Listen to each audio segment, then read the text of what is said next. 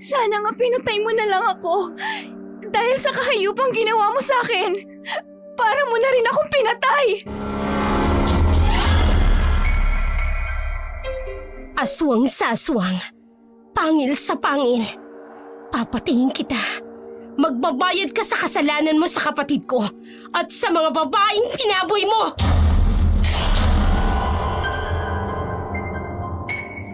Oo, aswang ako. Hindi ba kayo nagtataka kung bakit walang lamang loob ang lahat ng aking biktima? Dahil kinakain ko ang lamang loob nila!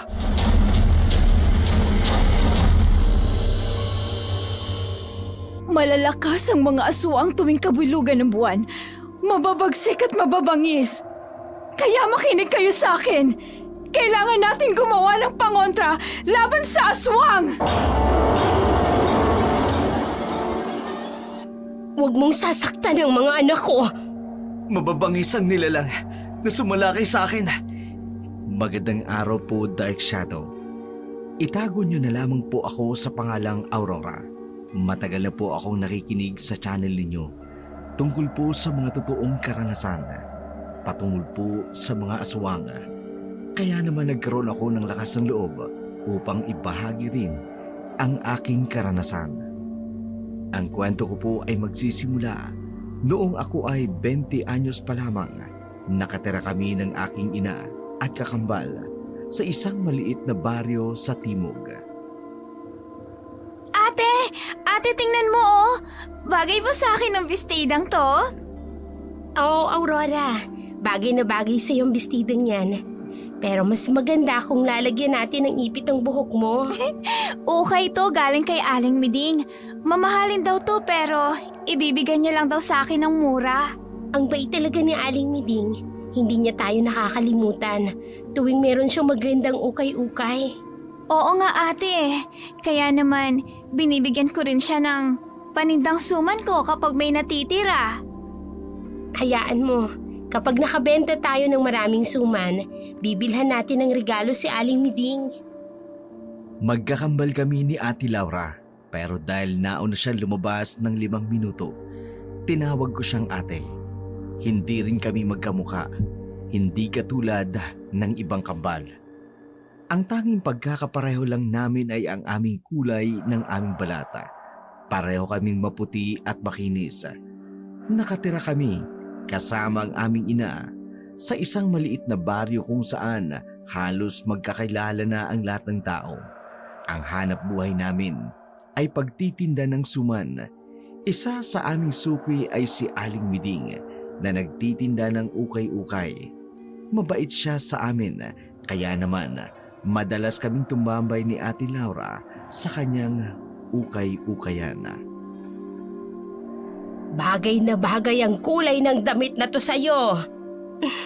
Nako, Aling Miding, kung naririto lang si Aurora, matutuwa na naman yun. Mas gusto niya po ang mga dress. Bagay rin naman sa'yo yan, abay tingnan mo. Lalong tumingkad ang kulay mo. Kaya sige na, ipapautang ko muna kung wala kang pambayad. Sigurado po kayo, Aling Miding? Oo naman, abay, sigurado ako. Mabait talaga si Aling Miding sa amin. Palagi niya kaming ipinagtatabi ng mga damit ni Ate Laura dahil natutuwa siya sa amin. Wala kasi siyang anak at kahit apo man lang na babae. Kaya sabi niya, kami na lang ni Ate Laura ang ituturing niyang kanyang apo. Ate, Oh, Aurora, bakit? napansin mo ba yung bagong dating sa bahay ni Aling Miding? Hindi. Bakit? Kasi nakita ko kanina, ang daming dalang gamit. Parang maglilipat bahay. Baka naman may dumating na anak niya. Di ba may mga anak siya sa ibang probinsya nakatira? Oo nga no, nakakahiya tuloy tumambay sa ukayan ni Aling Miding.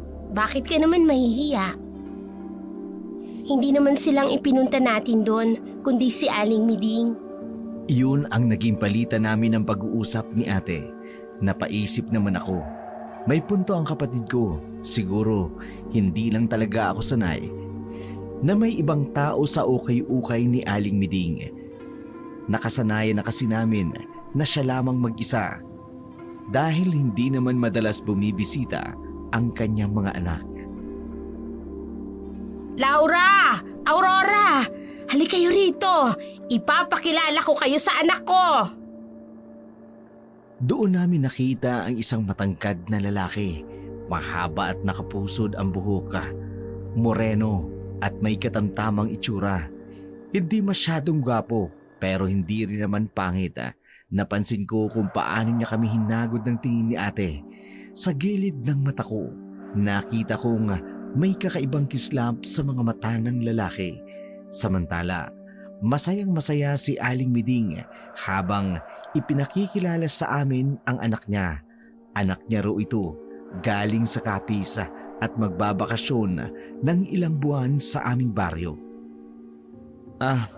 Ikinatutuwa ko kayong makilala. Ako nga pala si Carmelo. Ako naman si Laura. At eto naman ang kakambal kong si Aurora. Abay hindi nagkakalayo ang edad ninyo. Kaya tsak na magkakasundo kayong tatlo. Matipid na ngiti lamang ang isinukli ko sa sinabi ni Aling Miding. Hindi ko kasi alam kung paano pakikitunguhan ang anak ni Aling Miding. Kakaiba kasi siya kung makatitig sa amin ni Ate Laura. Hindi ako komportable. Bakit ang tahimik mo? Wala naman, ate. Pagod lang siguro ako. Mainit kasi. Siguro nga. Maligo ka. Para naman presko ang pakiramdam mo. Sige, mamaya ng konti. Ikaw ang bahala. Magpapalit lang ako ng damit. Nagtungo si Ate Laura sa aming silid upang magpalit ng damit. Samantalang ako naman, naiwang nakaupo sa kawayang bangko. Pinagmamasdan ang unti-unting pagdilim ng paligid. Ang mga huni ng mga kuliglig.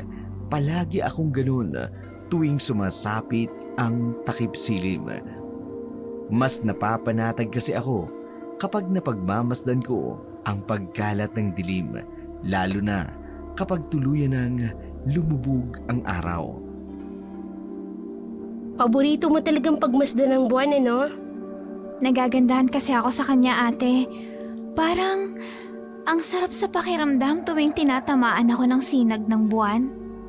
Kakaiba ka talaga, Aurora. Ate, Mm.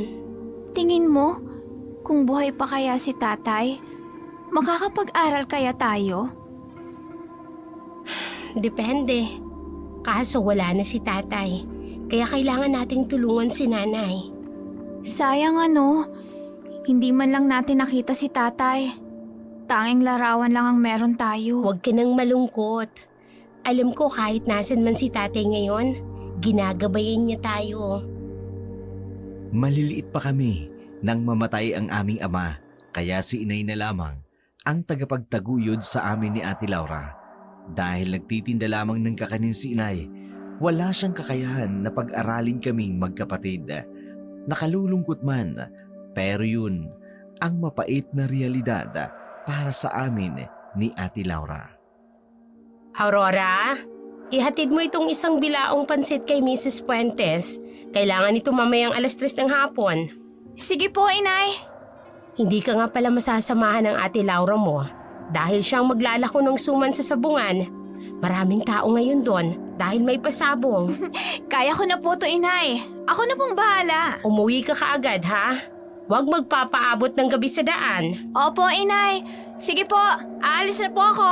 Tumango na lamang si inay sa akin bilang tugon at bumalik sa kanyang pagbabalot ng panibagong batch ng suman na ititinda namin kinabukasan. Tinahak ko ang maliit at medyo maputik na daan palabas ng kalsada. At madadaanan ko ang ukaya ni Aling Miding, kaya inihanda ko na ang matamis kong ngiti para sa matanda. Ngunit napalis ang ngiti ko nang mapagtanto kong hindi si Aling Miding ang nakaupo sa plastik na silya sa labas ng ukayan, kundi ang anak niyang si Carmelo. Aurora, daan ka muna dito. Hindi na. Kailangan kasing maihatid ko tong pansit eh. Sa susunod na lang. Napansin kong biglang nawala ang ngiti ni Carmelo. Napalitan ito ng medyo pagkairita. Hindi ko alam kung bakit, pero hindi talaga ako komportable sa kanya. Kahit pa nanay niya si Aling Miding, hindi ko talaga magawang makapagpalagayan siya ng loob. Nasaan nga pala yung kambal mong si Laura? Wala siya eh. Sige na Carmelo, alis na ako. Aurora, pwede ko ba kayong iyain kumain sa plaza ni Laura? Tatanungin ko muna si ate. Pero hindi ako sigurado. Nagmamadali na akong naglakad palayo, pero ramdam ko ang pagsunod ng tanaw ni Carmelo sa akin. Hindi na ako lumingon. Mabilis kong nilakad ang daan patungo sa bahay ni Mrs. Puentes upang maihatid ang pansita na inorder niya. Pagkarating ko sa bahay ng customer, kaagad niyang inabot sa akin ang bayad para sa pansita. Pabalik na ako ng bahay. Umaasa akong si Aling Miding ang makikita kong nagbabantay, pero bigo ako. Si Carmelo pa rin ang nagbabantay. Nagkunwari na lamang akong nakayuko para isipin niyang hindi ko siya nakita. Aurora, daan ka muna oh. Kwentuhan muna tayo. Naku Carmelo, hindi pwede eh. Hinihintay na ako ni inay. Gusto niya kasing umuwi ako ng maaga. Aurora, umiiwas ka ba sa akin? Hindi. Kailangan ko lang talagang umuwi na kasi marami pa akong gagawin. Sige. Sa susunod na araw pa naman. Ingat ka sa daan ha. Nakahinga ako ng maluwag nang bumalik si Carmelo sa loob ng ukayan. At muling naupo sa pwesto nito. Napansin ko ang pagtitig niya sa akin. Katulad ng unang beses naming makita siya ni Ate Laura.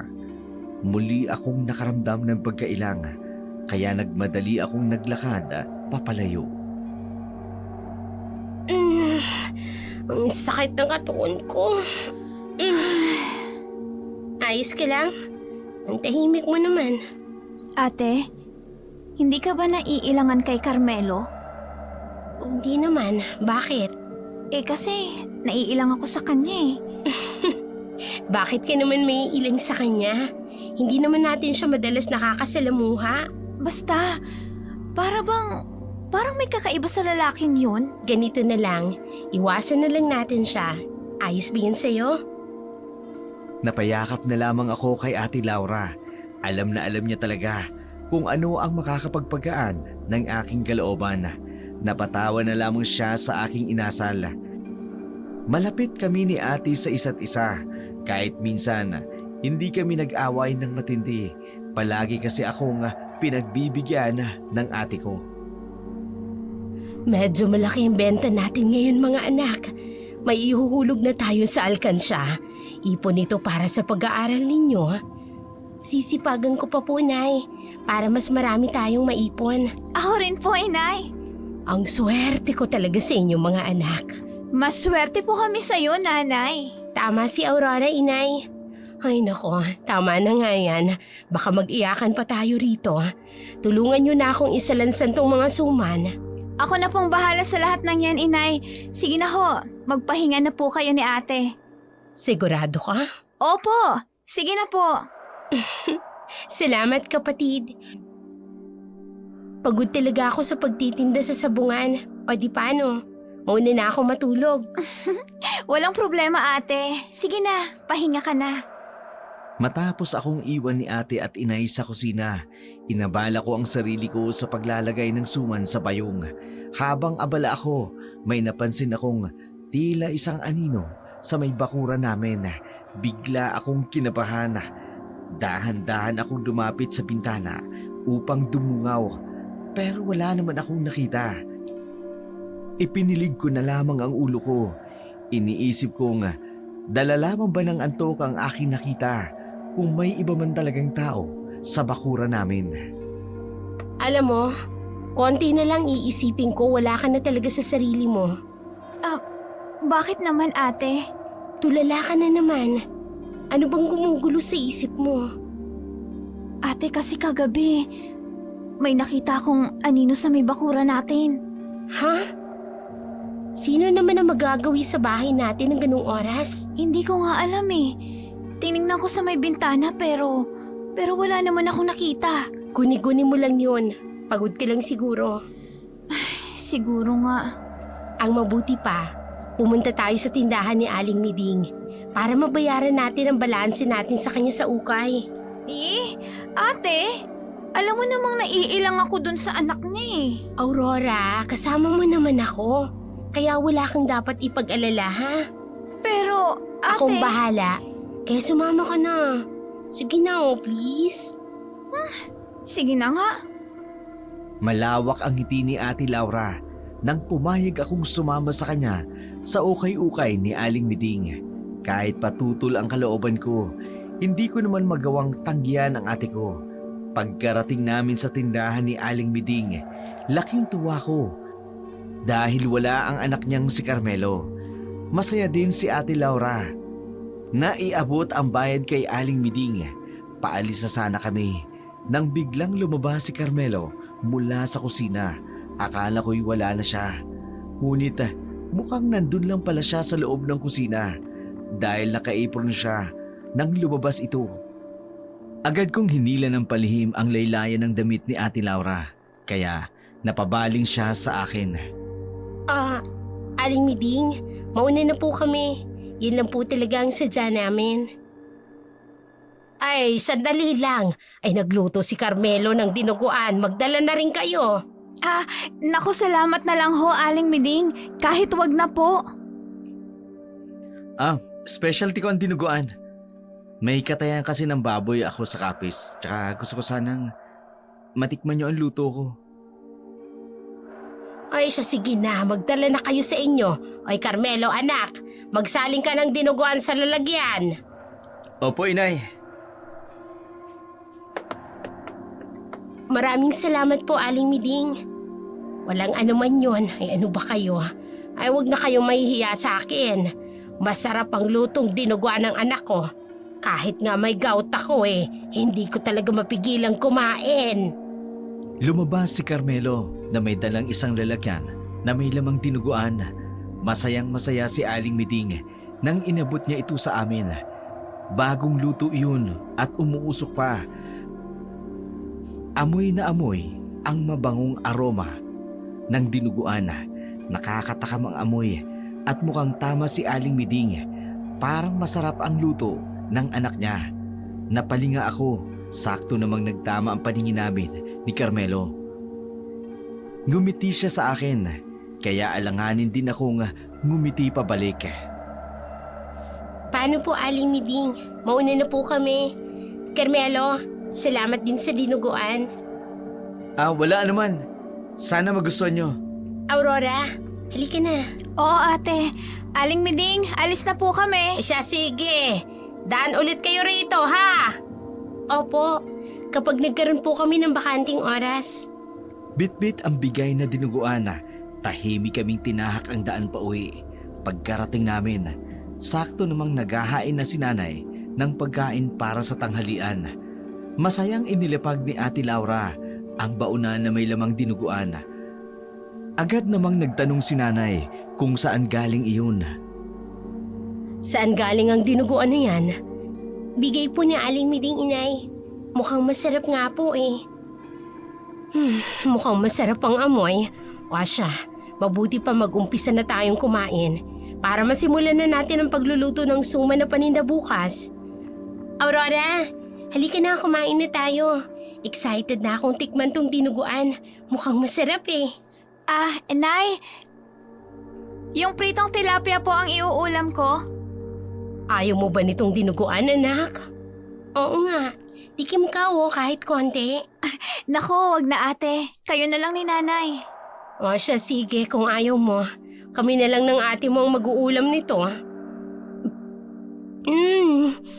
Ang sarap, Nay. Malasang malasa. Abay, akin na nga. Oo nga no. Masarap nga. Maganang kumain si nanay at Ate Laura ng dinuguan, samantalang ako naman Kumain na lang ng pritong tilapia na luto ni nanay.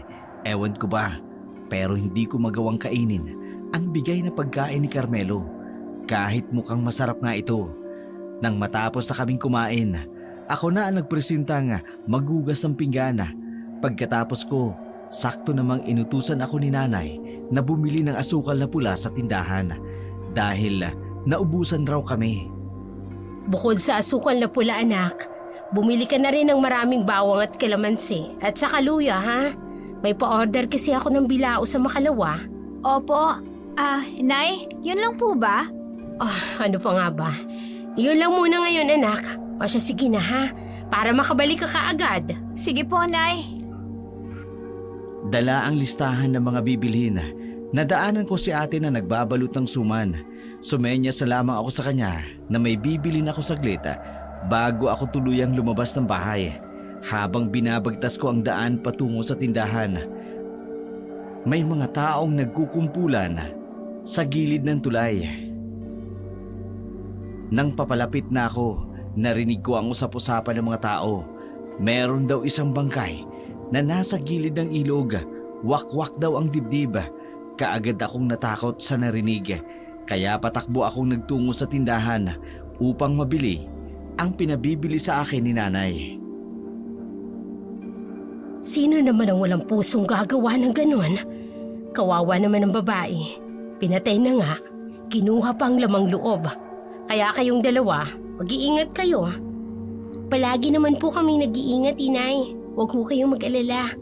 Hindi ko maiwasang hindi mag-alala. Kawawa naman yung babae. Sino kayang pumatay sa kanya? At bakit kinuha ang lamang loob niya? Baka adik yung pumatay dun.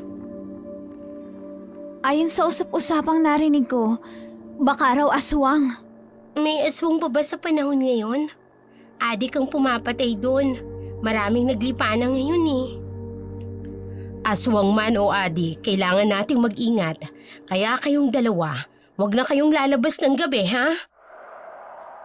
Ang pangyayaring yun, muli pang nasundan, hindi lang isa, dalawa, tatlo, kundi marami pang magkakasunod na krimen. Pare-pareho ang paraan ng pagpatay. Kaya naman, mas lalong bumalot ang takot sa aming baryo. Wala nang kadalagahan ang makikita sa daan o kahit sa plaza. Kami naman ni ate, hindi na naglalako ng suman dahil sa takot. Maraming salamat po, Mang Hector. Pasensya na ho. Hindi namin ma-deliver sa inyo ang suman. Ate, Oh, tapos mo na yung ginagawa mong palaman ng suman? oo na ate. Pinapalamig ko na lang yung bukayo. Bakit bagsak yung mukha mo? Ate, wala na kasi tayong asukal na pula. Magagabi na. Ay, oo nga no. Nakalimutan yata ni inay na bumili. Hayaan mo, bukas na lang yan. Pero ate, may isasalang pa akong suman. May pa-order si nanay. Gigipitin sa oras kung bukas pa bibili. Ako na lang ang bibili. Ay, naku hindi na ate. Ako na. Mas mabilis akong maglakad sa'yo eh. Sigurado ka? Gusto mo samahan kita? Nako, wag na. Kaya ko na to. Bilisan mo lang ha? Oo ate. Mag-aalas 5:30 na nang umalis ako sa bahay namin. Medyo may distansya din kasi ang tindahan sa bahay namin. At dadaan pa ako sa isang bakanting lote na puno ng dayami. Kinakabahan man, ngunit ipinagpatuloy ko na lamang ang paglalakad ko. Wala akong ibang makitang taong naglalakad sa daan ng mga oras na yun. Napahinga na lamang ako ng maluwag nang matanaw ko ang ukaya ni Aling Miding na sarado. Masaya pa rin ako dahil ibig sabihin hindi ko makikita ang anak nitong si Carmelo dahil okupado ng utak ko, kaya hindi ko napansin na makakasalubong ko na pala si Mang Damian, ang matandang tubero sa aming baryo. Aurora, magagabi na. Saan ka pupunta? May bibilhin po sa tindahan, Mang Damian. Bakit mag-isa ka? Mag-iingat ka. Maraming mga nangyayaring krimen ngayon dito sa ating baryo. Oo nga po eh. Kaso, kailangan pong mabili. May pa-order po kasi kami bukas at sa Makalawa. O siya, bilisan mo ang paglalakad at kumakagat ng dilim. Opo, Mang Damian. Sige, salamat po. Katulad ng sinabi ni Mang Damian, binilisan ko na lamang ang aking paglalakad. Kumakagat na kasi ang dilim at ang dala ko lamang ay flashlight at isang maliit na lighter. Pa-Desyembre na kasi noon, kaya maagang kumakagat ang dilim. Pagkarating ko sa tindahan, agad kong binili ang mga kailangan namin. Pagkatapos, agad kong tinahak ang daan pa uwi. Nasa kalagitnaan ako kung saan matatagpuan ang bakanting lote nang bigla akong nakaramdam ng kaba. Lalo na, kalat na ang dilim sa paligid. Maya-maya pa'y may narinig akong mahinang pagsipol. Yun ang naging hudyat ko upang sana tumakbo. Pero ganun na lamang ang gulat ko nang may biglang sumaklob na tela sa ulo ko. Bitawan mo ako! Tulong! Tulungan niyo ako! Parang awa niyo na, tulong! Bitawan mo ako! Parang awa niyo na! Tulong! Nagpupumiglas ako sa pagkahawak sa akin ng lalaki. Subalit malakas siya sa akin. Nabitawan ko ang supot na pinamili ko. Umiiyak akong sumisigaw. Pero wala akong marinig o makita man lang sa paligid. Kahit ang lalaki, hindi ito nagsasalita.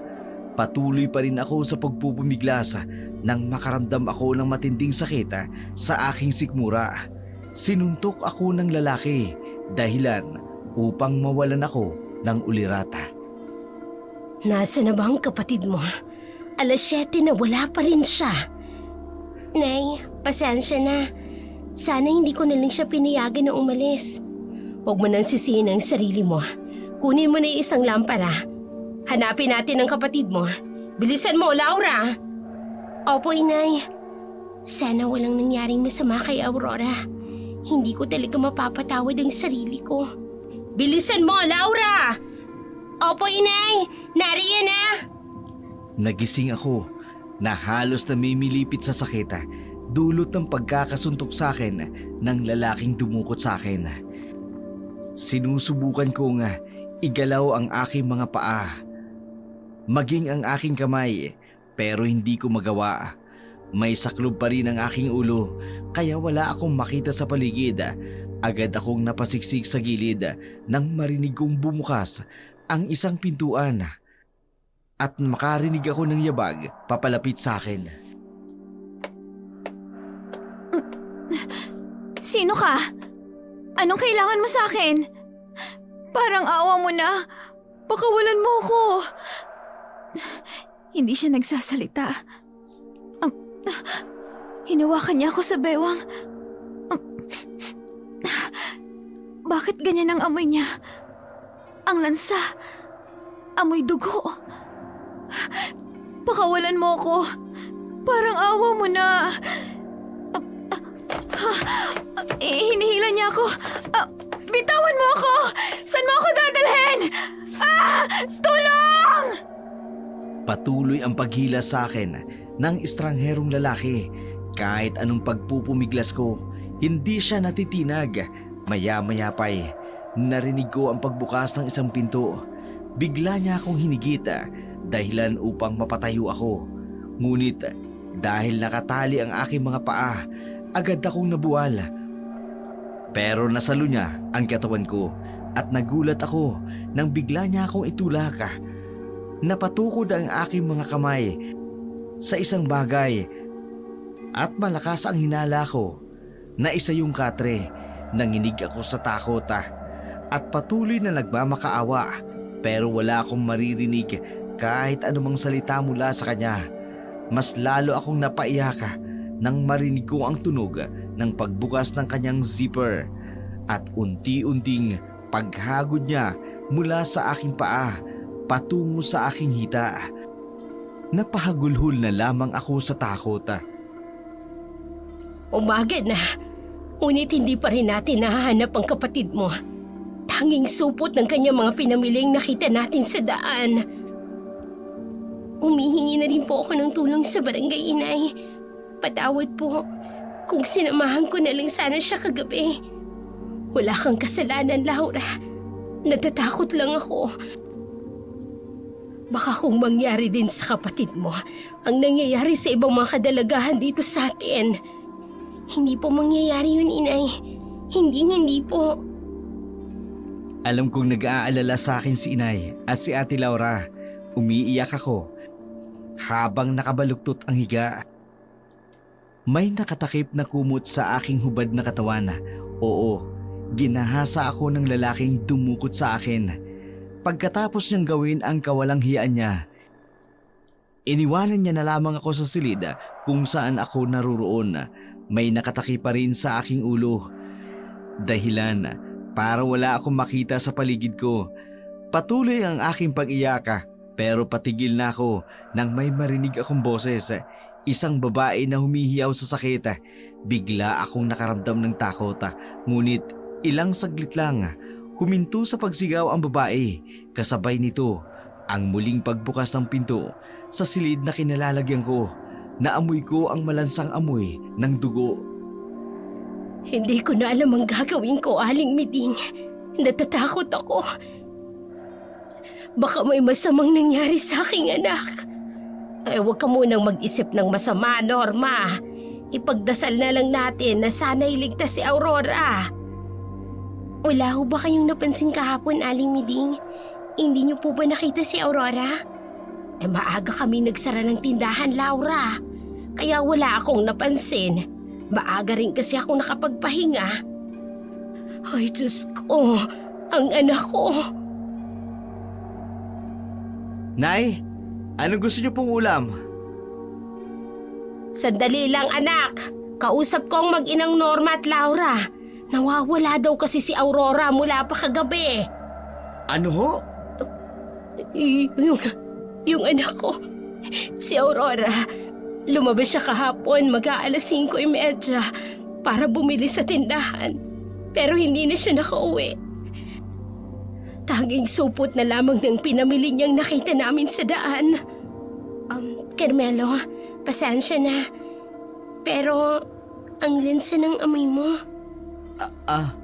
Pasensya na. Umextra kasi ako sa katay ng baboy ni Mang Hector. Napuno ng dugo ang damit ko.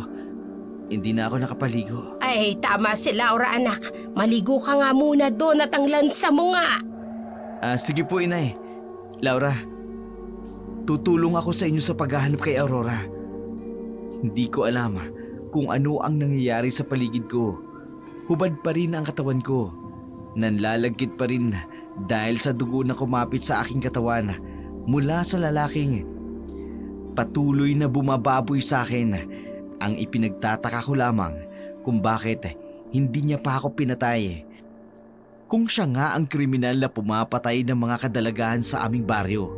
Muli akong napahagulhol sa iyaka. Naawa at nandiri ako sa aking sarili. Pakiramdam ko kasi napakarumi ko na. Muling kumislot ang katawan ko. Nang makarinig ako ng papalapit na yapag at muling pagbukas ng pinto. Sumiksik ako sa gilid ng katre. May narinig akong pagsipol. Muling bumangon ang takot ko sa aking dibdib. Wag po. Parang awa mo na. Wag. Tama na. Ngunit tila bingi ang lalaki sa pagmamakaawa ko. Marahas niyang tinanggal ang kumota na nakabalot sa aking katawan. Kaya napahiyaw ako. Ngunit natigilan ako dahil sigurado akong hindi siya ang lalaking dumukot sa akin. Narinig ko ang kanyang malademonyong pagtawa at marahas niyang hinawakan at diniinan ang dalawang hita ko dahilan upang muli akong mapahiyaw. Kahit na pinagsawaan ka niya na. Ang alam mo pa rin. At ang kinis mo. Para hindi ka anak na nagtitinda ng sumana. Ngayon, ako naman ang magpapasasa sa katawan mo.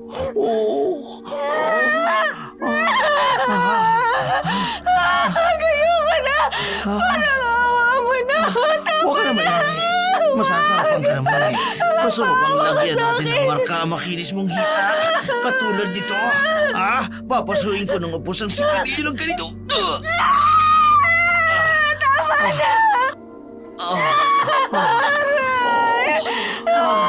Parawa mo na! Patayin mo na lang ako! Darating tayo dyan. Maghintay ka lang. Ipag-uutos rin niya na sa ngayon magpapakasarap muna tayo. Ang ganda. Ilang beses akong ginasa ng lalaki. Bukod kasi sa mga paso ng sigarilyo, sinaktan niya rin ako. Natutuwa siya kapag naririnig ang bawat tikbi ko. Nanghihina na ako matapos ang kanyang kahayupang ginawa sa akin. Halos hindi na ako makagalaw. Maya-maya pa may narinig akong mga yabag. Narinig ko ang lalaking gumahasa sa akin. May kausap. Pero hindi nagsasalita ang kausap nito. Ngunit hindi ko malilimutan ang malansang amoy ng bagong dating na lalaki. Siya ang lalaking dumukot sa akin. Tahimik akong muling napaiyak nang marinig ko ang paghiyaw ng lalaking nambaboy sa akin. Narinig ko siyang inundayan ng saksak. Ang dumukot sa akin, naramdaman ko ang pagtilamsik ng mainit na dugo nito sa aking katawan. Ilang saglit pa narinig ko ang tunog na para bang winarak ang damit at naisip ko, winawakwak ng taong dumukot sa akin ang tiyan ng lalaking gumahasa sa akin. Pakawalan niyo na ako dito. Parang awa niyo na. Hirap na ako. Hindi ko na kaya. Naramdaman ko ang pagtayo ng lalaki at ang paglapit nito sa kinaroroonan ko. Hinawakan niya ang aking ulo. Pilit ang binubuksan ng aking bibig. May gusto siyang ipakain sa akin. Nagpupumiglas ako kahit nangihina. Pilit pa rin akong nanlalaban. Naramdaman ko na lamang ang malapot at malansang likido na ibinuhos niya sa akin at napagtanto kong preskong dugo yun. Dugo ng lalaking gumahasa at nagpahirap sa akin. Muli akong napaiyak nang bigla niya akong hatakin dahil sa hinang-hina ako at napaupo sa malamig na semento. Naramdaman ko ang muli niyang pagsaklob ng kumot sa aking katawan. Kasunod ng tuluyang pagdilim ng aking paningin nang inundayan niya ako ng suntok sa aking sikmura. Gusto mong malamig na tubig? Huwag na. Salamat na lang. Kumusta ang nanay mo? Ayun, umiiyak pa rin. Hindi ko rin naman siya masisisi. Dahil kahit ako, sinisisi ko ang sarili ko. Huwag mo nang sisihin ang sarili mo. Huwag kang mag-alala. Mahahanap din natin ang kapatid mo. Kapag may nangyaring masama sa kapatid ko, sisiguraduhin kong magbabayad ang may kasalanan. Tutulungan kita, Laura. Hahanapin natin si Aurora. Nang magbalik na ang aking malay, wala na ako sa kama. Sinubukan kong kapain ang paligid gamit ang aking nakagapos na mga paa. Naramdaman ko ang pagbasa ng aking mga paa. Nagtataka ako kung bakit may tubig sa paligid ko. Maya-maya pa narinig ko ang boses ng mga tao nagkakagulo. Dahil nanghihina ako, hindi ko maunawaan ang kanilang mga sinasabi. Basta nararamdaman ko na lamang may tao nang maingat akong iniaangat mula sa lupa. Ang kasunod doon, nagising na lamang ako sa ospital. Ay, Diyos ko! Anak, anong nangyari sa'yo? Sinong hayop na gumawa nito sa'yo? Hindi ko po alam. Nay. Aurora, sabihin mo sa akin, sino may gawa nito sa'yo? Anong ginawa nila sa'yo? Ginahasa nila ako. Paulit-ulit. Binaboy nila ako. Diyos ko, anak. Mga hayop sila. Magbabayad sila sa ginawa nila sa'yo, anak. Pagbabayarin natin sila, Aurora. Ipinapangako ko, magbabayad sila. Nang mga panahon na yun, traumatized ako. Hindi ako makausap ng matino.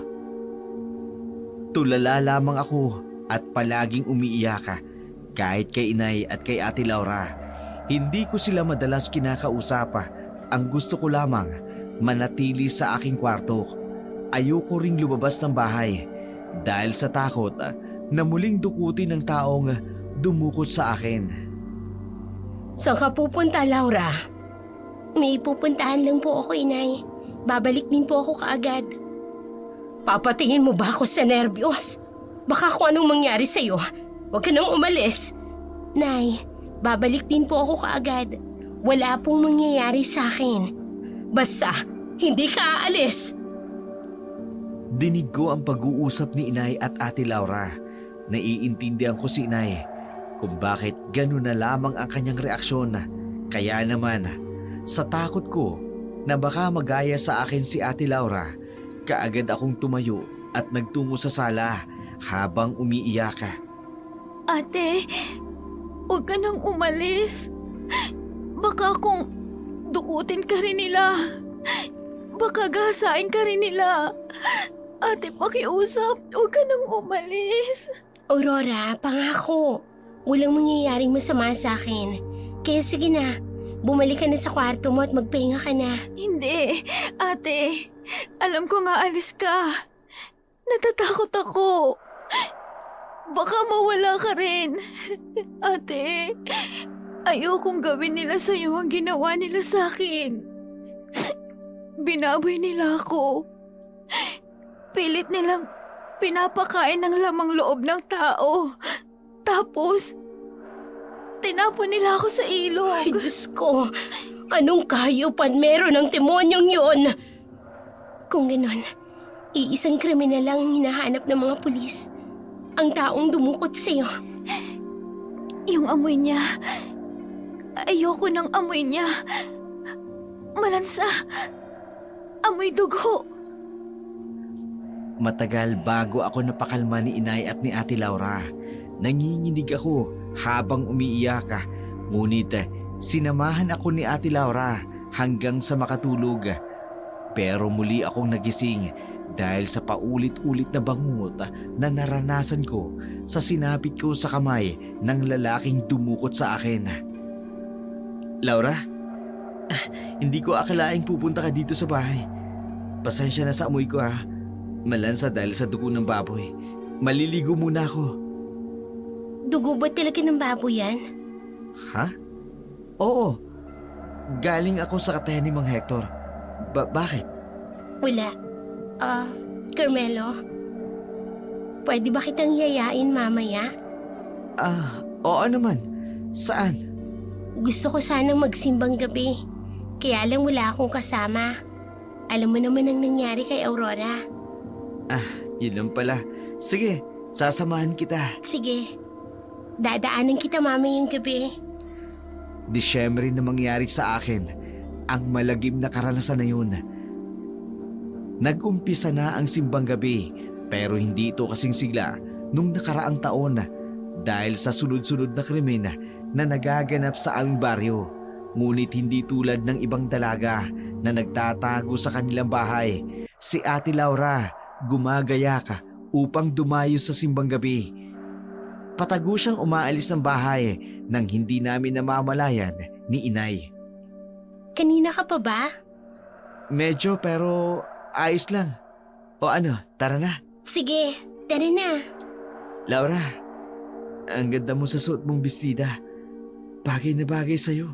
Maraming salamat, Carmelo. Ikaw rin. Bagay na bagay sa iyong suot mo. Nang gabing yun, sa gitna ng sinag ng liwanag na kabilugan ng buwan, kasamang naglakad ni Ate Laura si Carmelo patungo sa simbahan upang dumalo sa simbang gabi. Wala kaming kamalay-malay ni inay sa pagpuslit ni ate. Carmelo, Bibili lang muna ako ng puto bongbong ha. Inabot na kasi ako ng gutom eh. Sige, pero kung gusto mo, ako nang bibili. Ako na, dito ka na lang sa bakanting upuan.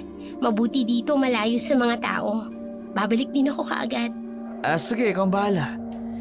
Dito na lang kita hintayin Iniwan ni Ate Laura si Carmelo sa madilim na bahagi ng plaza, malayo sa simbahan, kung saan punong-puno na ng tao habang naghihintay.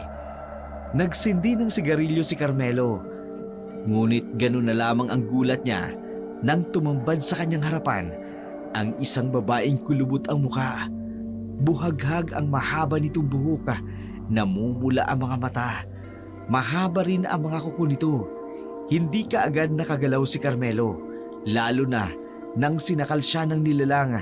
Ang boses at tinig nito, tila boses ng nakatatakot na hayop.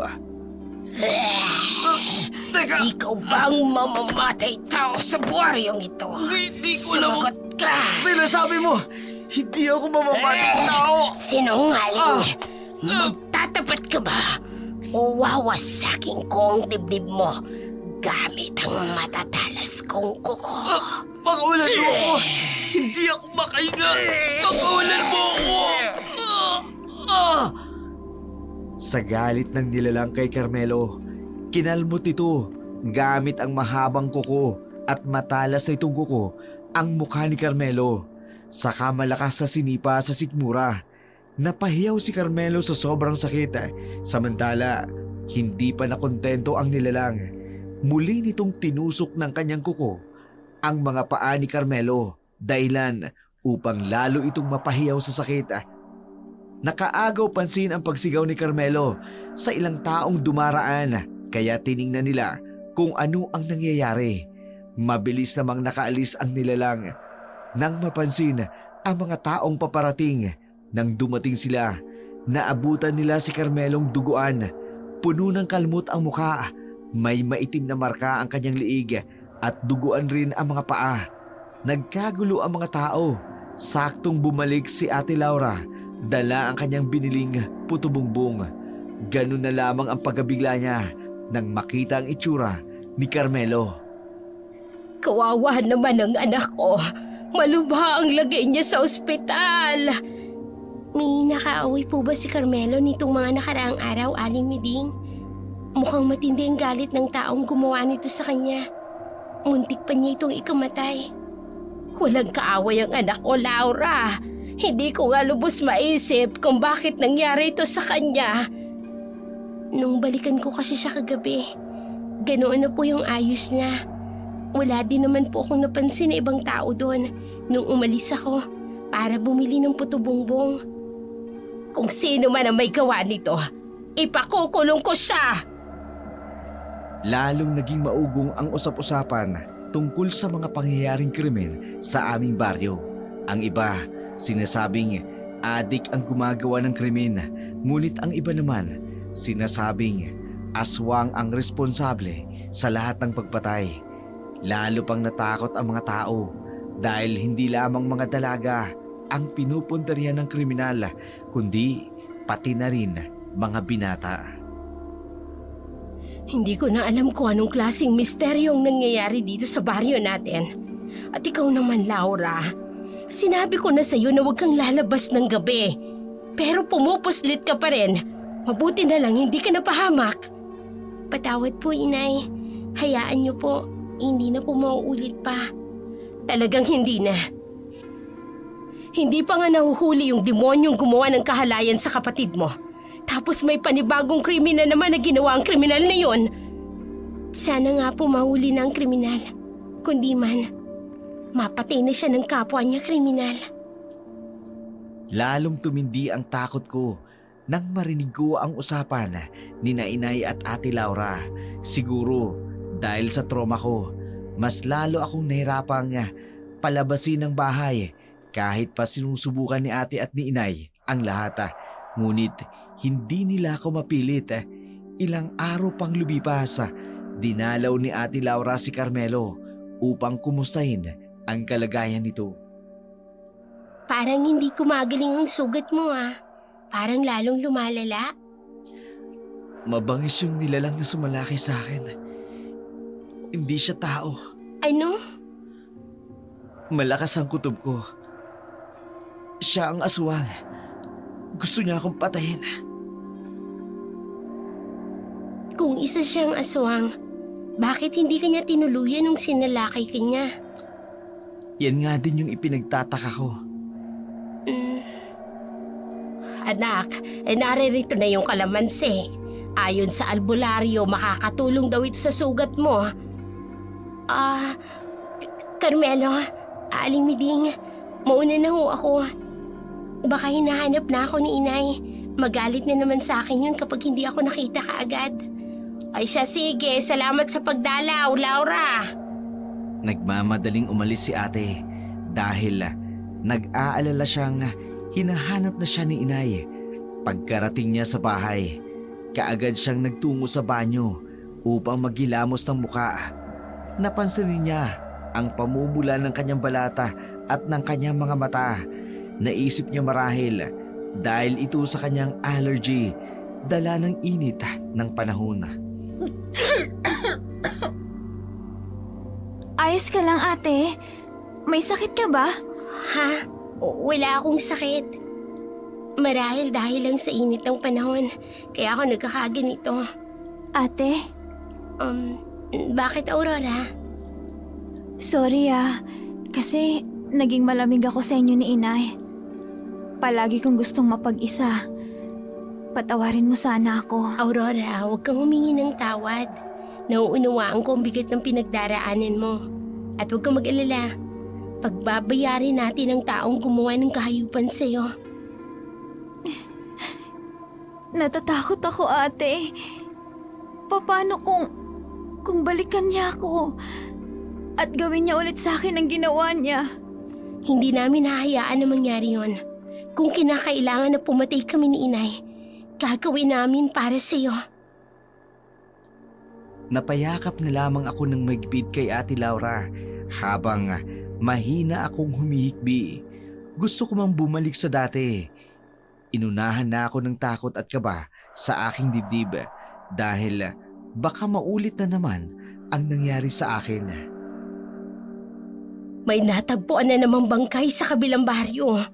Wakwak ang tiyan at dibdib. Hindi na talaga natigil ang mga kriminal na yan. Wala pa rin suspect, Inay. Hanggang ngayon, wala pang malinaw na ebidensya kung sino ang gumagawa ng lahat ng krimen na ito. Huwag kang mag-alala, Inay. Darating din ang araw na mahuhuli rin ang kriminal niyan. Sana nga, anak, hindi ko siya mapapatawad sa ginawa niya sa kapatid mo. Ako rin po, Inay. Pinaboy niyang kapatid ko. Lumipas ang ilang araw. Nagpasya si Inay at Ate Laura na pumunta sa Talipapa. Sinubukan nila akong isama pero nagmamatigas ako kaya hindi nila ako pinilit. Pagkarating nila sa Talipapa, kaagad na namili si Inay na mga bilihin ngunit may nakaagaw ng kanyang pansin. Aling Dulon? Kayo ho ba yan? Ang tagal ko na ho kayong hindi nakikita sa baryo natin. Norma? Ay, ikaw na nga, Norma! Kumusta ka? May hindi po magandang nangyari sa aming anak. Pero pinipilit po naming maging maayos ang lahat. Laura anak, halika dito. Ipapakilala kita kay Aling Dulor. Sino po siya, Inay? Teka, ito na ba yung pinagbubuntis mo noon? Opo, siya na nga po. Anak, ito naman si Aling Dulor. Siya yung nagpaanak sa akin noon sa inyo ni Aurora. Isa siyang kumadrona at magaling na albularyo. Kapatid siya ni Mang Damian. Ikinatutuwa ko po kayong makilala, Aling Dulor. Ako rin, Iha. Teka, nasa na nga ba yung isa? Yung may balat na pula sa dibdib? Ako po yun. Ikaw? Opo, Aling Dulor. Siya ho yun. Wala hong balat si Aurora. Ay, ilang taon na nga ba kayo? Magdadalawamput-isa na po sa susunod na buwan. Norma, dalaga na pala ang mga anak mo. Ingatan mo silang huwag maliligaw ng landas. Lalo ka na, iha. Palagi mong pipiliin ang matuwid at mabuting landas. Matapos ang maikling kwentuhan nila inay, at nang kumadronang nagpaanak sa kanya, nagpasya na silang umuwi ni Ate Laura. Bit-bit ang kanilang pinamili. Bigla na lang silang napahinto ni ate dahil may nagkakagulong tao sa talipapa. Ayon sa mga ito, bigla daw inatake ng heart attack si Aling Miding. Nataranta naman si inay at si Ate Laura, kaya kaagad nilang pinuntahan ang bahay ng matanda. Bitiwan niyo ko! Wala akong ginagawang masama sa nanay ko! Anong nangyayari dito? Mamamatay tao yan si Carmelo! Pinatay niya ang nanay niya sa pamagitan ng sakal! Hindi totoo yan! Namatay si nanay sa heart attack! Tumahimik ka na lamang! Marami ka pang kasong kaharapin. Kaya sumama ka na lang sa amin ng matiwasay. Bitiwan niyo ako! Ano ba? Bitiwan niyo ako!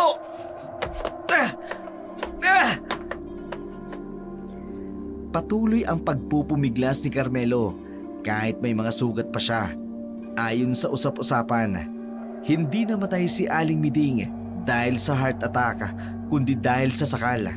Nakita raw ng isang kasambahay na sinasakal ni Carmelo ang matanda dahil meron silang hindi pinagkasunduan. Makikita rin ang bakas ng pagkakasakal sa liig ng matanda. Hindi ako makapaniwala. Marami palang kaso si Carmelo sa kapis at bumalik siya rito upang tumakas mula sa kasalanang nagawa niya. Anong klaseng kaso, inay? Nakapatay daw doon ng rape din ng minor de edad. Kaya ngayon napapaisip ako. Hindi kaya siya yung nambaboy sa kapatid mo? Ganun po ba? Tama po pala ang kutob ni Aurora sa lalaking yun. Anong ibig mong sabihin, anak? Matagal na kasing naiilang si Aurora diyan kay Carmelo. Ganun ba? Kawawa naman ang kapatid mo. Huwag na po kayong mag-alala, inay. Makukuha na rin natin ang ustisya para kay Aurora. Dahil sa pagkahuli kay Carmelo sa kasong pagpaslang kay Aling Miding, naging malakas ang usap-usapan na baka siya raw ang kriminal na gumagawa ng mga krimen sa baryo namin. Marami ang nakahinga ng maluwag nang maaresto siya. Umaasa ang mga tao na hindi na mauulit pa ang krimen. Ngunit nagkamali sila dahil muling naganap ang pagpatay at tinapon muli sa ilog ang bangkay katulad ng mga naunang biktima. Ano pong nangyayari, inay? Bakit ang daming tao sa labasan? Nagwelga sa barangay hall at kay kapitan ng mga tao dahil sa sunod-sunod na krimen na nangyayari dito sa baryo natin. Akala ko po ba si Carmela ang gumagawa ng krimen? Bakit marami pa ring pinapatay kahit na nakakulong na siya? Yun ang nga rin ang akala ng nakakarami, anak. Pero mukhang hindi siyang kriminal na pumapatay ng mga dalaga. Mukhang ibang kriminal ang gumagawa ng krimen na yon. Ibig sabihin, hindi siya ang dumukot sa akin. Ibig sabihin, hindi pa rin ako ligtas. Paano kung dukutin niya ako ulit at tuluyan akong patayin? Inay, natatakot po Anak, ako. hindi na ulit mangyayari yon. Babantayan ka namin ng ate mo. Pangako yan. Muling nabuhay ang takot ko sa dibdib dahil buong akala ko si Carmelo ang kriminal na dumukot sa akin. Pero dahil sa mga nangyayaring muling pagpatay, malakas ang kutob ko na hindi siya ang dumukot sa akin. Bakit po tayo pupunta sa bahay ni Mang Damian, Ate Laura? May ipapabigay kasi si inay na kakanin. At saka mabuti na rin yun para makalabas ka naman ng bahay.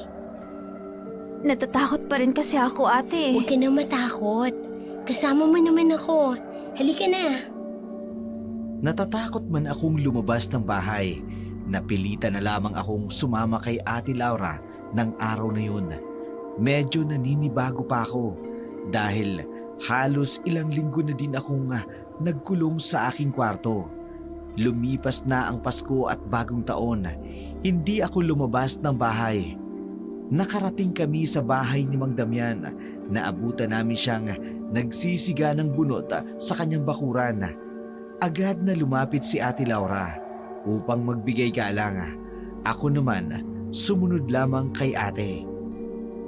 Oh, napasugod kayo rito sa aking bahay. Anong maipaglilingkod ko sa inyo? Nais po kasing ipabigay ni nanay itong sapin-sapin sa inyo ni Aling Dolor. Teka po, nasan po siya? Nasa loob ng bahay, sandali lang. Tatawagin ko. Sige po, Mang Damian. Salamat po.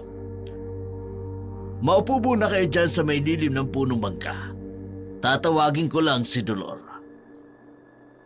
Pinagmasdan ko ang papalayong bulto ni Mang Damian. Sa tindig nito, hindi mo aakalaing senior citizen na siya dahil matigas pa rin ito at mukhang nasa 50 taon lamang ang edad. Marahil dahil batak ito sa trabaho kaya ganun. Maya-maya'y lumabas ang isang may edad na babae. Maputi ang buhok, parang mas matanda sa kanya kaysa kay Mang Damian. Palakaibigan siyang ngumiti sa amin bago tuluyang lumapit sa amin at pinagbastan kaming mabuti. Aling Dolor, eto nga po pala yung kakambal ko, si Aurora. Ikinagagalak kong makilala kayo. Hindi kayo magkamukha. Marami nga pong nagsasabi niyan. Maana raw po kasi ako sa tatay ko. Si Aurora naman, pinaghalong mukha ni inay at ni itay. Ganun ba? Opo, heto nga po pala yung sapin-sapin na pinabibigay ni inay. Nako, abay nag-abala pa kayo. Maraming salamat. Pakisabi na lang sa inay ninyo. Sige po, sasabihin po namin. Ang aliwalas po dito sa bahay ni Mang Damian. Mas presko. Aling Dolor, para saan po yung bakanting bahay sa gitna ng maisan? Ang mga yan ba? Abay, imbakan niya ni Damian ang mga inani niyang mais. Kapag pwede nang maglaga ng mais, balik kayo rito at ipagluluto ko kayo. Magiliw na nakipag-usap si ate kay Aling Dolora. Panay tanong nito tungkol sa paligid ng bahay ni Mang Damian. Ako naman, tahimik lamang na nakikinig. Hindi ako nakikisali sa kanilang mga usapan. Hindi na muling lumabas pa ng bahay si Mang Damian hanggang nagpasya na kami ni Ate Laura na umuwi na.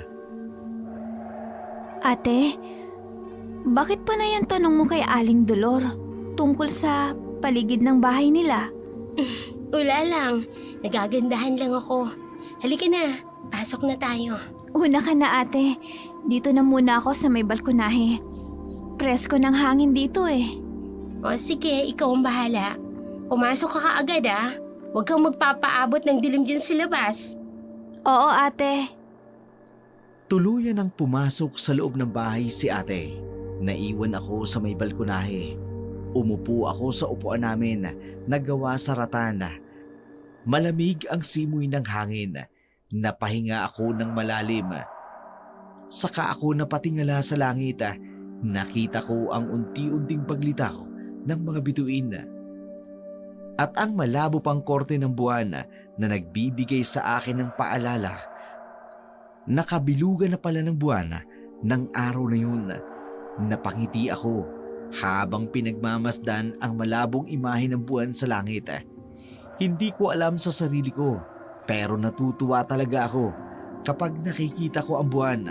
Pakiramdam ko kasi parati itong nakasunod sa akin.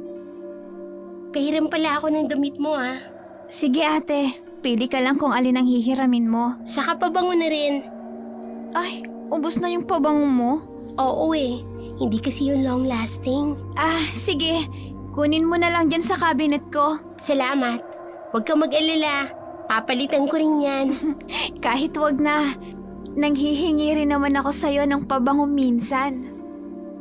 Ang bait mo talaga. O sige, maliligo lang ako. May pagtataka kong sinundan ng tingin si Ate Laura. Bihira lang kasi itong manghiram sa akin ng damit. Kadalasan, ako ang nanghihiram sa kanya dahil gustong gusto ko ang taste niya pagdating sa mga damit, pati na rin sa mga pabango. Pero ipinagkibit balikat ko na lamang iyon at naisip ko, siguro nais niya lang sumubok ng bago. Aurora, nakita mo ba ang ate mo? Hindi po, Inay. Bakit po? Kanina ko pa kasi hindi nakikita. Simula nang manggaling kayo sa bahay ni Aling Dolor, hindi ko na siya nakita pa. Naligo po siya kanina. Nanghiram pa nga po sa akin ng damit eh. Ay, Diyos kong batang yan, oo. Papatayin yata ako sa nerbiyos. Dito ka lang, hahanapin ko siya. Sasama na lang po Wag ako. na, dito ka na lang. Baka maunang umuwi sa akin yon at baka muling umalis kapag walang nakitang tao dito. Sige po. Nagmamadaling umalis si inay upang hanapin si ate. Ako naman, napaisip kung saan maaaring pumunta si ate. Bakit kailangan pa nitong manghiram sa akin ng damit at pabango? Hindi ko na kasi namamalayan kung umalis ba siya dahil nakaidlip ako. Sa hindi ko malamang dahilan, bigla akong nakaramdam ng kaba. Dito ako mauupo sa parting to dahil madilim dito. Kung sino man ang tumukot sa kapatid ko, malalaman ko rin kung sino siya. Ipapain ko ang sarili ko para malaman kung sino walang hiyang yon. Suot ko ang damit ni Aurora. Kinaya ko rin ang pagkakaayos ng buhok niya at ginamit ko rin ang pabango niya. Kung sino ka man, magpapayad ka. Umuwi si inay na bigo nang hindi nahanap si ate. Kitang-kita ko ang takot sa mata ni inay. Takot na muling may mangyari kay Ate Laura at mangyari sa kanya ang nangyari sa akin. Ang hindi namin alam, kumikilos si ate ng palihim upang hulihin kung sino man ang dumukot sa akin gamit ang aking pabango, damit at ipinain niya ang kanyang sarili. Ay, Diyos ko, mamamatay ako sa kaba. Nasaan na kaya yung kapatid mo? Tara po, Inay. Hanapin po natin si ate. Tutulungan ko po kayo sa paghahanap. Sige anak, magtulungan tayo sa paghahanap sa ate mo. Tinahak namin ni inay ang maputik na daan. Mabuti na lamang nakaangat ang buwan sa langit dahil ang liwanag nito ang nagsisilbing tanglaw namin ni inay. Panay ang dasal ni nanay na sana'y walang masamang nangyari kay ate. Ako naman, habang tumatagal, nanunumbalik ang gabi kung saan ako dinukot. Muling sumibol ang kaba sa aking dibdib pero pilit ko itong pinipigilan dahil ayokong makadagdag sa alalahanin ni inay. Nasaan ka na? Naiinip na ako. May narinig akong kaluskos doon. Doon ang gagaling sa bandang likod ng talahiban. Siya na ba yun? Tatayo ako. Kunwari akong maglalakad paalis. May naririnig akong mga yabag na sumusunod sa akin. Siya na nga yan. Ihahanda ko ang sarili ko. May tumaklob sa akin ng itim na tela sa ulo ko. Malakas siya. Magpupumiglas ako. Matagumpay si Ate Laura sa balak niya. Kagaya ng nangyari sa akin, may dumukot rin sa kanya. Samantala, kami naman ni inay patuloy sa paghahanap kay Ate Laura hanggang makasalubong namin si Aling Dolor. Balisa ito at tila ba may sinusundan. Aling Dolor, ano pong ginagawa niyo rito? Malalim na po ang gabi. Sino pong... Ay, yung pusa ko. Nakawala kasi. Kaya hinahanap ko. Kami rin ho. Nawawala si Laura. Ang Diyos ko, hihimatiin ako sa nerbiyos. Nasaan na kaya ang batang yun? Ano? Kailan pa siya nawawala? Kanina lang ho. Heto nga't hindi na kami magkandamayaw sa paghahanap sa kanya. Ay kung ganun, samahan ko na kayo sa paghahanap. Ay, hindi niyo na po ba hahanapin ang pusa niyo? Anak ko, hindi na. Makakauwi na din yun siguro. Nagtataka akong pinagmasdan si Aling Dolor. Balisa ito habang tinatanaw ang bilog na buwan sa kalangitan. Hindi man iyon napansin ni nanay. Tahimik na lamang akong nakasunod sa kanilang dalawa. Panay ang dasal ni inay para sa kaligtasan ni ate. Samantala, noong mga oras na yun, dinala si ate ng dumukot sa kanya sa lugar kung saan din ako dinala noon. Iginapos din ito ang mga kamay at paa ni Ate Laura. Siya nga ang dumukot kay Aurora. Ganito na ganito ang kwento niya sa amin ni inay. Kung paano siya nito pinahirapan. Pues, akala niya hindi ako makakawala sa gapos na to. Malalaman ko rin kung sino ka at magbabayad ka sa ginawa mo sa kapatid ko. Bumalik na siya. May takulob pa rin ng tela ang ulo ko upang hindi ko makita ang mukha niya. Pues, pasensya ka na. Mas malinaw ang mga mata ko sa dilim. Lalapit siya sa akin. Teka, pamilyar sa akin ang amoy niya. Ang malansang dugo na sinasabi ni Aurora. Tama, siya nga. Sige, lumapit ka pa at makikita mo ang hinahanap mo. Umabot na ng hating gabi pero hindi pa rin kami tumitigil sa paghahanap kay ate. Umiiyak na si nanay. Hindi na nito mapigilan ang emosyon. Si Aling Dolor naman, nakita ko pa rin ang kanyang pagkabalisa na para bang may kinatatakutan itong mangyari. Ang mabuti pa, palipasin muna natin ang gabing ito. Delikado. Wala akong dalang sapat na pangontra. Pangontra po saan? Sa mga nilalang na hindi natin kauri, katulad ng aswang. Wala ho akong pakialam sa aswang, Aling Dolor. Ang mahalaga makita ko ang anak ko. Inaalala ko lamang ang kapakanan niyong mag-ina. Mabuti pa, sumama muna kayo sa akin. Maghahanda tayo ng pangontra laban sa aswang. Aling Dolor, mag-aaksaya lang ho tayo ng oras. Kailangan na pong makita natin ang anak ko. Malalakas ang mga aswang tuwing kabilugan ng buwan. Mababagsik at mababangis. Kaya naman, nakikiusap ako. Norma, sumama muna kayo sa akin ni Aurora. Pangako, tutulungan ko kayong mahanap si Laura. Wala ring nagawa si inay. Sumunod din siya kay Aling Dolor. Ako naman, nahulog ng malalim sa pag-iisip. Ano ang kinalaman ng mga aswang sa pagkawala ni Ate Laura? Bakit kailangan pa naming gumawa ng pangontra laban sa mga ito? Kung totoo nga bang may aswang, sa mga sandaling yun, nakawala na si Ate Laura sa kanyang pagkakagapos pero hindi niya ito ipinahalata sa taong dumukot sa kanya. Nakasuot siya ng bonnet. Sigurista rin ang isang to. Maghihintay lang ako ng pagkakataon para sugurin siya. Lumingon siya sa kinalalagyan ko. Papalapit siya sa akin. Ayan na siya. Hinawakan niya ang ulo ko. Teka, mukhang huhubarin niya ako. Hindi maaari. Hetong bagay sa'yo.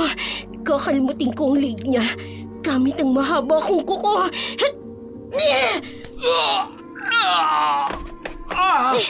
Tatanggalin ko ang bonnet na suot niya.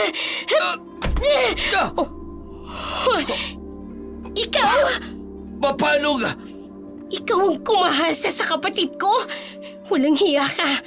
Ngayon, magbabayad ka mang tamayan. Hindi ikaw si Aurora. Hindi. Dahil ako si Laura. Nalinlang kita, matanda ka. Pinagbintangan ko pa si Carmelo. Ikaw lang palang manyakis na bumaboy sa kapatid ko. Matalino ka.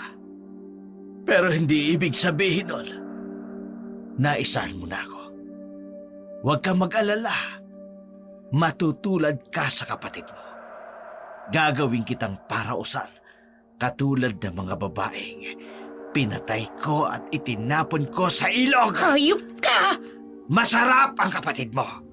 Hindi nakakasawa. Hinahanap-hanap ko ang amoy niya. Pero pesi kasi, ang isa kong tauhan na si Timor. Pinakialaman si Aurora. Kaya nawalan ako ng gana. Pero hindi ko siya pinatay. Dahil alam kong darating ang araw. Hahanapin uli siya ng katawan ko. Huwag kang mag-alala, Mang Damian. Bukas ng umaga, bangkay mo nang makikitang palutang-lutang sa ilog. Malakas ang loob mo. Pero tingnan natin kung hanggang saan abot ang tapang mo kapag nakita mo ang tunay kong anyo. Unti-unting humahabang kanyang mga kuko. Humahaba rin ang kanyang mga pangil. At ang kanyang mga mata. Unti-unting nagiging pula. Isa kang aswang. Isa akong aswang. Hindi ka ba nagtataka kung bakit walang lamang loob ang lahat ng aking biktima? Dahil kinakain ko ang lamang loob nila. Ngayon, Laura, tingnan natin kung saan aabot ang tapang mo. Huwag kang mag-alala. Bibigyan kita ng pagkakataon para tumakbo. Tumakbo ka na! Hahabulin kita! Takbo! Takbo!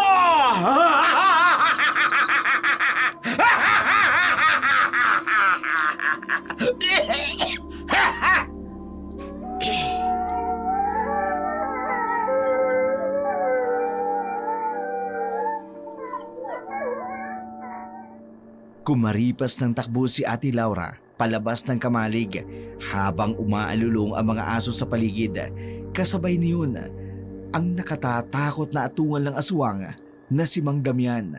Hinabol nito ang tumatakbong si Ate Laura sa gitna ng maisan. Samantala, kami namang tatlo nila inay, tinatahak ang daan patungo sa bahay ni Aling Dolor. Kita ko rin ang mukha ng matanda, ang matinding pangamba at pagkabalisa. Malapit na tayo sa bahay. Maging alisto kayo. Anong ibig niyong sabihin, Aling Dolor? Ito ang pinangangambahan ko. Baka hawak niya si Laura. Sino ho, Aling Dolor? Sabihin niyo sa akin. Sino? Kilala niyo po kung sino ho ang kumuha sa ate ko. Shh! Narito na tayo sa bahay. Ha!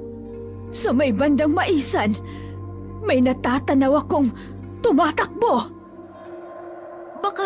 Baka si ate na yan. Pupuntahan ko siya. Sandali lamang, Aurora. Magdala ka ng pangontra. Heto ang bawang at ang asin, kalamansi at agua bendita. Hindi basta-bastang kalaban ng aswang. Hindi ko po kayo nauunawaan, Aling Dolor. Aswang ang dumukot kay Laura. Aswang ho? Paano niyo po nasisigurado? Dahil kilala ko siya. Sino, Aling Dolor? Ang kapatid ko, si Damian. Pareho kaming hindi makapaniwala ni nanay sa aming narinig. Ibig sabihin, ang dumukot sa akin, walang iba kundi si Mang Damian. Nakasalubong ko pa siya noong araw bago ako dukutin. Bigla akong napaiyak sa galit. Maging si inay, napahagulhol sa iyak. Pero napatigil kami nang bigla kaming makarinig ng alulong ng mga asong nakatatakot at hiyaw ng isang halimaw. Muli kaming napabaling sa maisan. Wala namang babaeng tumatakbo roon. Agad kaming nakaramdam ng takot ni inay, kaya naman tumakbo kami patungo sa maisan.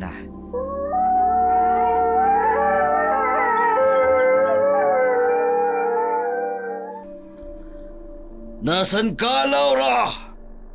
Hindi mo ko matatakasan. Itutulad din kita sa kapatid mo. Unti-unti ko nang nararamdaman ang paglakas ko. Humahaba na mga kukwat ang pangil ko. Ito na ang pinakahihintay ko. Lalabas na ako rito sa pinagtataguan ko. Laura! Laura! Lumabas ka na sa pinagtataguan mo! Hindi mo gugustuhin na magalit ako! Hoy, demonyo! Huwag mong sasaktan ang ate ko! Ay, anong ginagawa niya rito? Aurora! Ikaw nga ba yan? Tingnan mo nga naman. Mukhang dalawa ang magiging parosan ko! Magbabayad ka sa ginawa mo sa akin! Hindi ko akalain na ikaw pala ang demonyong bumaboy sa akin! Demonyo talaga ako sa paningin mo! Pinaligaya naman kita, di ba? Pasalamat kang at hindi kita pinatay at kinain ang lamang loob mo! Sana nga pinatay mo na lang ako! Kasi dahil sa kahayopang ginawa mo sa akin, para mo na rin akong pinatay! Ang dami mong kuda! Halika! Napako ako sa kinatatayuan ko nang biglang sugurin ako ng aswang na si Mang Damian. Akala ko'y katapusan ko na. Pero hindi ko inaasahan ang pagkakataon. Biglang lumitaw mula sa kung saan si Ate Laura at nakipagbuno sa aswang. Ngunit laking pagtataka ko nang mapansin kong pareho sila ni Mang Damian. Kapwa may mahabang kuko at matutulis na pangil. Aurora! Tumakbo ka na! Ako nang bahala sa halimaw na to! Bilisan mo! Pero, ate, paano ka? Kaya ko na to. Sige na! Tumakbo ka na! Bilisan mo, Aurora! Iligtas mo ang sarili mo! Sa akala niyo ba makakatakas kayo magkapatid? Hindi kayo makakatakas sa aking mga alagad! Pwes, papatayin kita at isusunod ko ang mga alagad mo. Tanggapin mo to! Kinagat mo ako sa leeg! Hindi ko akalain na isa ka ring aswang ang nakapagtataka. Bakit ikaw lang? Bakit hindi si Aurora? Hindi na mahalaga yan. Ang mahalaga, magamit ko ang kapangyarihang ito para maghiganti laban sa'yo. Para sa kapatid ko at para sa mga babaeng binaboy mo. Hindi mo na ulit ako maisan. Etong bagay sa'yo.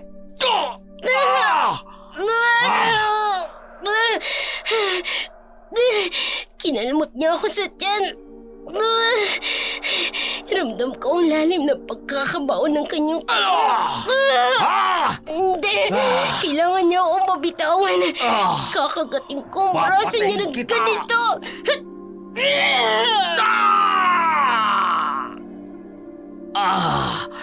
Hindi ka lang aswang. Vampira ka bang nangangagat?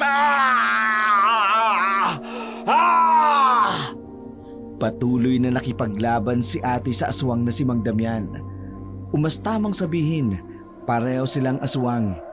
Hindi pa rin ako makapaniwala sa aking natuklasan. Una, sino ang dumukot sa akin? Pangalawa, ang pagiging aswang ni ate. Patuloy akong tumakbo nang bigla akong maramdaman na may sumusunod sa akin. Isang nilalang na lumilipad. Agad akong kinabahan nang mapagtanto kong maaaring isa rin itong aswang. Kaya naman lalo kong binilisan ang aking pagtakbo. Subalit gaano man ako kabilis tumakbo, hindi ko rin ito matakasan. Napasigaw ako nang bigla akong dagitin ng halimaw.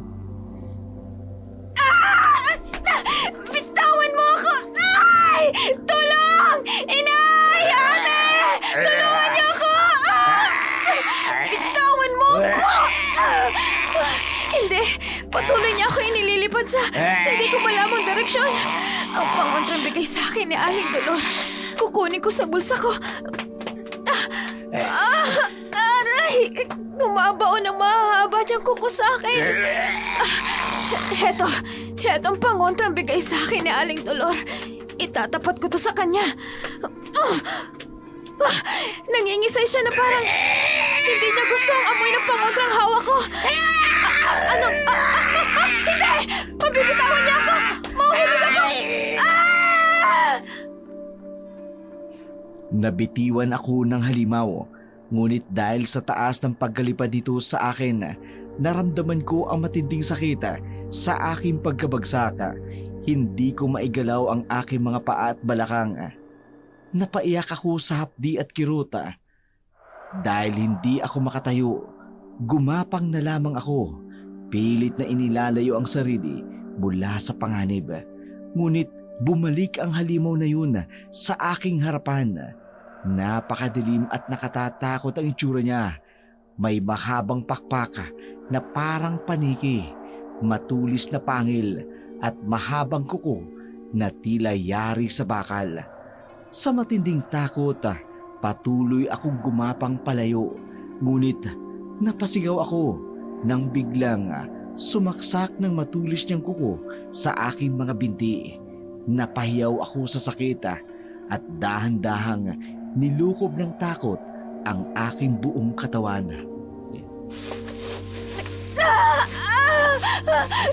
Tulong! Tulong! Ang matutulis ng mga kuko ay nakabaon sa aking mga binti. Ito na yata ang katapusan ko. Hindi na ako makakatakas pa. Diyos ko, tulungan niyo po ako. Nanginginig ang buong katawan ko dahil sa takot at sa matinding sakit. Alam kong wala na akong kawala sa aswang na may hawak sa akin. Hindi ko na kayang tumakbo pa. Duguan na ang binti ko dahil sa pagkakatusok ng matulis niyang kuko. Pipi akong nagdasal sa Diyos at humingi ng tulong. Subuko ka na, Laura! Hindi mo ko kaya. Tingnan mo ang sarili mo! Nangihina ka na! Hindi ako susuko sa isang katulad mo. Isa kang halimaw. At ang mga halimaw na katulad mo, dapat nabubulok sa impyerno. Kaya gagawin ko ang lahat. Mamatay ka lang! Hanga ko sa iyong determinasyon, Laura!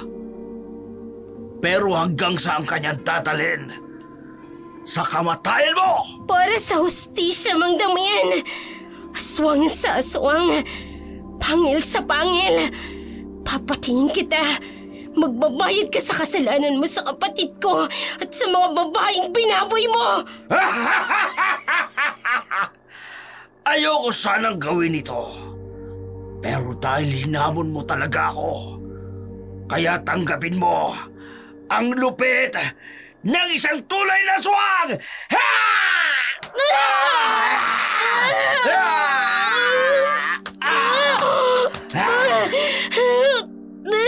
Huli niyang ibinuo ng mahabang kuko niya sa balikat ko. Hindi! Ha? Babaliin niyang pakpak! Kapag nabali ko ang pakpak mo, hindi ka na makalilipad, Laura! Maaari mo na itong ikamatay! Ang sakit! Mas lalo niyang ibinuo ng matutulis niyang kuko sa aking balikat. Ano? Ramdam na ramdam kong pagbaon nito sa aking laman. Huwag kang mag-alala, Laura. Hindi na kita pahirapan pa. Tatapusin ko na ang paghihirap mo dahil papatayin na kita ng tuluyan. Di ako papayag na mamamatay ako ng walang laban. Ibabaon kong kuko ko sa tiyan niya ng ganito.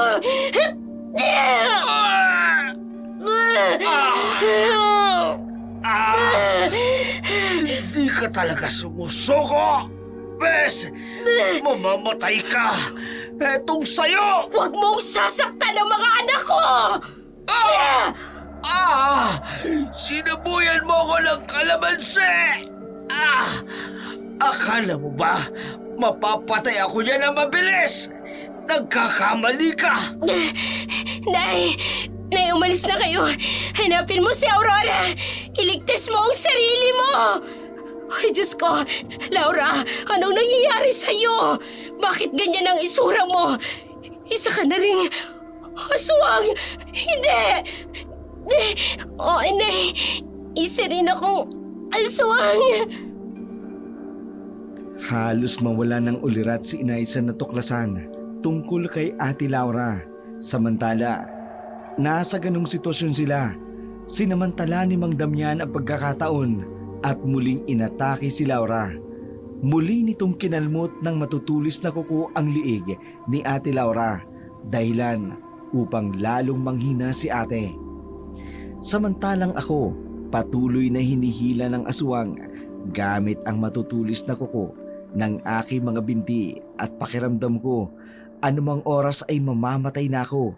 Ngunit nagulat na lamang ako nang biglang umatungal sa sakit ang aswang dahil may tumama na pana sa dibdib nito. Ngunit saglit lamang iyon dahil walang anumang binunot ng aswang ang pana mula sa kanyang dibdib. Ako ang harapin mo! Aswang! Pakawalan mo siya! Aling Dolor, tulungan mo ko. Huwag kang mag-alala. Tutulungan kita, Aurora. Muling pinana ni Aling Dolor ang aswang. Muli itong umatungal sa sakit. Ngunit parang wala ring nangyayari.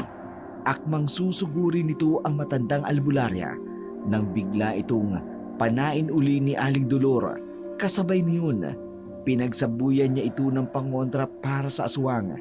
Nakita ko kung paano nanghinang aswang at sinamantala ito ni Aling Dolor. Pinag-udyakan niya ito ng mga taga at saksaka. Samantalang ako naman, hawak ko pa rin ang mga pangontrang ibinigay sa akin ni Aling Dolor. Wala rin sa aking sariling isinaboy ko ito sa aswang. Ang katawan nito halos gutay-gutay na at bumagsak na sa lupa. Nang bumagsak ang patay nitong katawan, bumalik ito sa pagiging anyo ng tao. Tila ba alam ni Aling Dolor ang mga susunod na gagawin? Dinukot niya ang puso ng aswang. Binuhusan ito ng gasa, saka sinilaban. Kaagad akong nilapitan ni Aling Dolor na may tinatawag siyang tao kung saan kaagad nila akong dinaluhan. Dadalhin kita sa ligtas na lugar. Pupuntahan ko ang iyong inay at ang kapatid mo. Kailangan nila ang tulong ko. Iligtas mo sila. Pakiusap. Gagawin ko ang lahat ng abot ng aking makakaya. Naramdaman ko ang pagbuhat sa akin ng mga taong hindi ko kilala dahil hinang-hina na ako ng mga oras na yun. Hindi ko na alam ang mga nangyayari sa paligid ko. Nangihina na ako. Sinay, sugatan siya. Ano, Laura? Sumusuko ka na ba? Wala ka ng lakas para lumaban. Gutay-gutay na ang pakpak mo at sugatan ka na rin. Hanggat may hininga ako, hindi ako susuko. Hangang-hanga mo sa tapang mo. Pero pasensya ka na. Hindi ka na magtatagal sa mundong ito. Dahil tatapusin na kita. Huwag! Huwag, Damian! Ate Dolor, anong ginagawa mo dito? Pipigilan mo na naman ako! Huwag mo siyang papatayin! Magsisisi ka! At bakit ko naman pagsisisihan ang pagpatay sa katulad niya? Dahil anak mo siya! Ano ito? Prank? Hindi! Hindi totoo yan. Paanong mangyayari yan? Anak ko si Laura. Anak namin ni Fidel. Kakambal siya ni Aurora. Hindi totoo yan. Wala akong amang demonyo. Ako ang nagpaanak sa'yo, Norma. Nagsinungaling ako sa'yo nang sabihin kong kambal ang isinilang mo.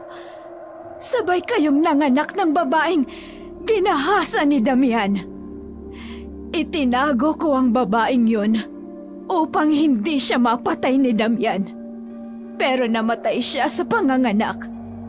Sakto lang nang dumating si Fidel at sabihin sa akin na manganganak ka na. Kaya doon ko naisip na sa'yo ko ibigay ang sanggol. Dahil alam kong mabubuti kayong tao at magagabayan ninyo ng mabuti ang bata sa tamang landas. Oh, Diyos ko! Patawarin mo ako, Laura. Norma, alam kong malaking kasalanan ang nagawa ko sa inyo. At sa tingin mo ba, mababago nito ang desisyon ko para hindi patayin ang babaeng ito? Wala akong pakialam kung anak ko man siya o hindi. Kung magiging hadlang siya sa aking plano, dapat lang siyang mawala! Dugot laman mo siya, Damian! Wala akong pakialam! Hindi ko siya kikilalanin! Wala rin akong pakialam sa'yo dahil wala akong amang timonyo! Ay, Diyos ko! Dolor! Tinukot ni Laura ang puso ni Mang Damian! Mamatay ka na! Itong puso mo, hawak ko na. Hindi ka karapat dapat magkaroon nito dahil isa kang halimaw! Kapatid ko! Hindi ko akalain na naabot tayo sa ganito. Hindi ko akalain na anak mo mismo ang tatapos sa kasamaan mo. Kung hindi ka sana naging sakim sa laman at sa kapangyarihan, hindi mo aabutin ito. Matapos ang malagim na pangyayaring yun, matagal bago naghilom ang mga sugat na dulot ng aswang. Ipinagtapat ni Aling Dolor ang buong katotohanan sa amin. Noong una, galit na galit si inay sa matandang albularya, pero kalaunan, medyo natanggap pa rin ito ni inay. Si Ate Laura naman, paulit-ulit na humihingi sa akin ng tawad dahil sa nagawa sa akin ng tunay niyang ama. Paulit-ulit ko ring sinasabi sa kanya na wala siyang kasalanan. Masakit para sa akin ang kanyang maging desisyon na iwanan kami dahil sa takot niyang malaman ng mga tao ang buong katotohanan tungkol sa kanyang pagiging aswang. Anak, sigurado ka na ba talaga? Hindi mo namang kailangang umalis. Kailangan o inay.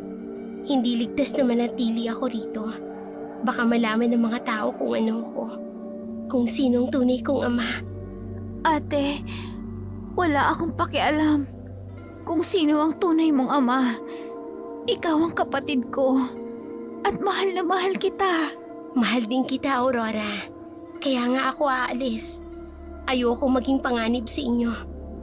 Baka kung manatili ako dito, dumating ang araw na hindi ko na mapigilan ng sarili ko. Baka maging katulad ako ni Mang Damian.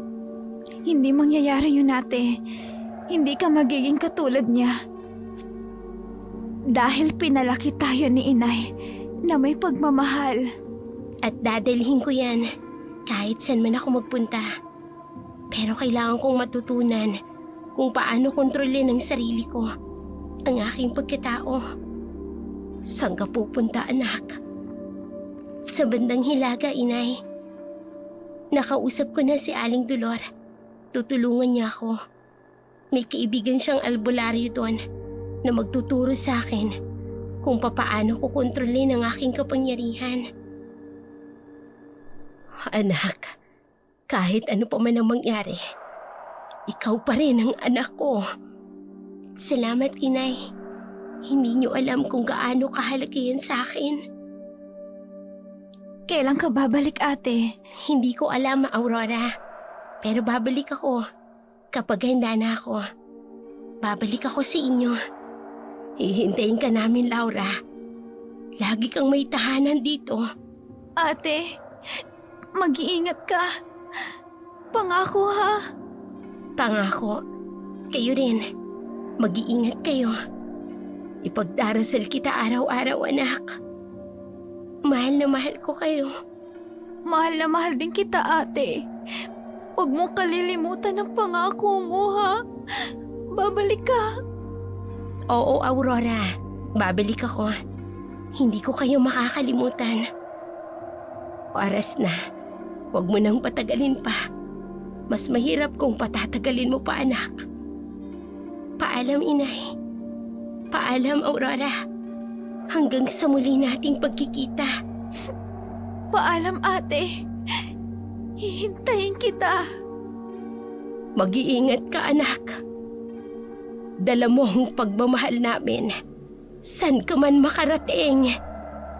Masakit man sa amin ni Inay, tinanggap na lamang namin ang desisyon ng aking kapatid.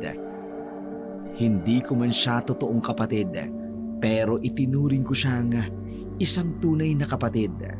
Hanggang dito na lamang po, Dark Shadow, ang aking sulat. Maraming salamat po.